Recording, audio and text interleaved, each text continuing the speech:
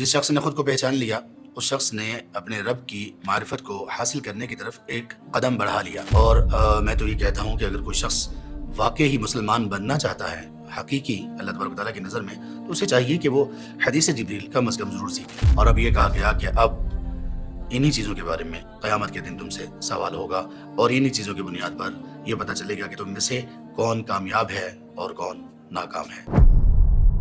ان الذين آمنوا وعملوا الصالحات اولئك هم خير البرية۔ بسم اللہ الرحمن الرحیم۔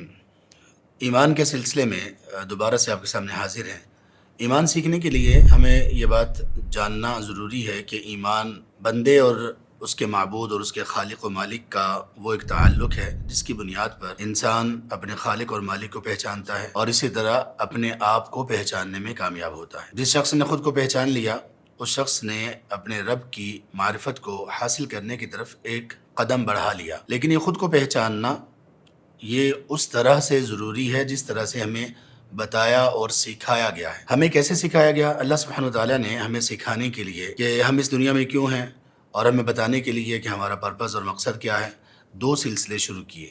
ایک سلسلہ کتابوں کا، آسمانوں سے وحی کا اپنے فرشتوں کے ذریعے سے، اور یہ وحی اور یہ پیغامات اور یہ تعلیمات اللہ تعالیٰ نے اس زمین پر سب سے برگزیدہ، سب سے مقدس، سب سے پاکیزہ ہستیوں کو چن کر ان پر یہ تعلیمات نازل کی اور ان کو ٹیچرز اور ان کو مدرس اور معلم مقرر کیا تاکہ وہ لوگوں کو یہ باتیں بتا سکیں۔ اللہ تبارک و تعالیٰ نے اس ٹیچنگ کو اپنی طرف بھی منسوب کیا، جیسے اللہ تعالیٰ کا فرمان ہے اعوذ باللہ من الشیطان الرجیم کے بعد بسم اللہ الرحمن الرحیم الرحمن علم القرآن۔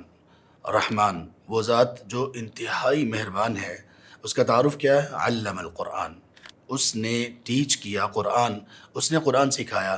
گویا اللہ سبحانہ و تعالیٰ سب سے پہلے ٹیچر ہیں، اور اللہ سبحانہ و تعالیٰ نے پھر یہ سکھایا اپنے انبیاء اور رسل کو، اور انبیاء کو پھر ٹیچرز، مدرس، معلم مقرر کیا پوری انسانیت کے لیے۔ اس سلسلے کو اللہ سبحانہ و تعالیٰ نے ختم کیا جناب سیدنا محمد الرسول اللہ صلی اللہ علیہ وآلہ وصحبہ وسلم پر، اور آپ پر وحی، اور اس سے پہلے جو بھی وحی اللہ تبارک و تعالیٰ کی طرف سے نازل کی جاتی رہی، اس وحی کا اختتام ہوا قرآن مجید پر۔ اب اس کے بعد اور کوئی وحی نہیں، اور آپ صلی اللہ علیہ وآلہ وصحبہ وسلم کے بعد کوئی نبی، کوئی رسول نہیں۔ جب یہ سلسلہ مکمل ہو گیا تو یہ مکمل کیسے ہوا؟ یہ دین ہے، یہ تعلیمات ہیں، یہ وہ سیٹ آف ٹیچنگز اور وہ سیٹ آف رولز ہیں کہ جن کے ذریعے سے ہم زندگی گزار سکیں گے۔ اس کے بغیر ممکن نہیں ہے کہ ہم زندگی کو کامیاب طریقے سے گزاریں۔ اللہ سبحانہ و تعالیٰ نے صرف وحی کے ذریعے سے ہی سب کچھ نہیں سکھایا، بلکہ اللہ تبارک و تعالیٰ نے وحی کے ساتھ کبھی فرشتوں کو نازل کیا، جبریل علیہ السلام کو نازل کیا، اور کبھی وہ انسانی شکل میں آئے اور آپ کے پاس بیٹھ کر آپ علیہ السلام کو مختلف میتھڈز کے ذریعے سے علم سکھایا تاکہ لوگوں کے سامنے بھی وہ ایک ایگزامپل ہو، لوگ بھی سیکھ سکیں اور آپ علیہ السلام بھی لوگوں کو سکھا سکیں۔ ان میں سے ایک بڑی مشہور حدیث جس میں یہ ساری بنیادی باتیں ہمیں سکھائی گئی، جن باتوں کو ملا کر جس کا نام دین رکھا جاتا ہے، اور وہ ہے حدیث جبریل، جو صحیح مسلم میں ہے، بہت معروف بڑی مشہور حدیث ہے۔ اور میں تو یہ کہتا ہوں کہ اگر کوئی شخص واقعی مسلمان بننا چاہتا ہے حقیقی اللہ تبارک و تعالیٰ کی نظر میں، تو اسے چاہیے کہ وہ حدیث جبریل کم از کم ضرور سیکھ لے۔ اب حدیث جبریل کو کیا کہا گیا؟ اللہ کے رسول صلی اللہ علیہ وآلہ وصحبہ وسلم نے جب وہ اس ملاقات کا اختتام ہوا اور سیدنا جبریل علیہ السلام انسانی شکل میں آئے اور کچھ تعلیمات دیں اور واپس چلے گئے، تو آپ نے اپنے صحابہ سے پوچھا کہ کیا تم جانتے ہو من السائل؟ یہ جو سوال کرنے والا شخص تھا یہ کون تھا؟ تو صحابہ نے عرض کیا اللہ کے رسول، اللہ اور اس کے رسول بہتر جانتے ہیں۔ تو آپ نے فرمایا کہ یہ جبریل تھے، اتاکم یعلمکم دینکم، یہ تمہیں تمہارا دین سکھانے کے لیے آئے تھے۔ دین سکھانے کا اللہ سبحانہ وتعالیٰ نے یہ اہتمام کیا، اور اس دین کی خاص طور پر آخری ایپیسوڈ جہاں پر اس دین کا اختتام تھا، اسلام کی تعلیمات کا اختتام تھا، جسے ہم اسلام کہتے ہیں، آخری نبی، آخری وحی، آخری امت، تو اللہ تبارک و تعالیٰ نے اس کے لیے اہتمام بھی بہت بہترین انداز سے کیا۔ جبریل علیہ السلام کیا سکھا کر گئے تھے؟ اس سکھانے میں 3 بنیادی چیزیں تھیں۔ نمبر 1 کہ ایمان کیا ہے، نمبر 2 اسلام کیا ہے؟ نمبر 3 احسان کیا ہے؟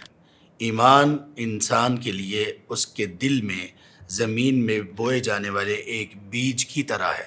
بیج جب زمین میں جاتا ہے تو اس سے پھر بہت ساری چیزیں نمودار ہوتی ہیں، اس سے پھر باغات، ہریالی اور اس طرح کی کتنی چیزیں جس سے پوری مخلوق لطف اندوز ہوتی ہے۔ تو یہ ایمان دل میں اس بیج کی طرح ہے۔ اسلام کیا ہے؟ اسلام وہ ظاہری اعمال اور وہ ظاہری چیزیں، جیسے زمین سے بیج جب اس سے کوئی پیداوار ہوتی ہے تو زمین سے باہر، زمین کے اندر اس کی جڑیں ہیں جو دکھائی نہیں دیتی، زمین سے باہر جو کچھ دکھائی دے رہا ہوتا ہے وہ گویا کہ اسلام ہے، جو ہمارے ظاہری اعمال ہیں۔ اور تیسرے نمبر پہ اس میں جو بات پوچھی کہ وہ احسان ہے، اور احسان کا مطلب یہ ہے کہ انسان کی ایمانی کیفیت یعنی دل کی کیفیت اور انسان کی عملی کیفیت یعنی اس کی روحانی، اس کی باطنی اور اس کی ظاہری کیفیت کیا ہونی چاہیے، یہ دونوں چیزیں کیسی ہونی چاہیے، اس کو احسان سے تعبیر کیا گیا۔ اور پھر اس کے بعد چوتھا سوال اس میں یہ تھا کہ قیامت کب آئے گی، اور وہ سوال اس لیے تھا کہ یہ تینوں چیزیں تمہیں بتا دی گئیں، تمہارے دل کی کیفیت کیسی ہونی چاہیے، تمہارے ظاہر کو کیسا ہونا چاہیے، اور ان کیفیات کو کس بہترین انداز میں تم اللہ کے سامنے پریزنٹ کر سکتے ہو، احسان کے ذریعے سے یہ سکھا دیا گیا۔ اور اب یہ کہا گیا کہ اب انہی چیزوں کے بارے میں قیامت کے دن تم سے سوال ہوگا، اور انہی چیزوں کی بنیاد پر یہ پتہ چلے گا کہ تم میں سے کون کامیاب ہے اور کون ناکام ہے۔ تو سیکھے بغیر کوئی چارہ نہیں ہے۔ ایمان، اسلام، دین، یہ کچھ ایسی چیزیں ہیں جن کو سیکھا جائے، سمجھا جائے، دل میں اتارا جائے، بٹھایا جائے تو پھر زندگی کا لطف آتا ہے۔ آئیے ایمان سیکھنے کی کوشش کریں۔ بارک اللہ فیکم۔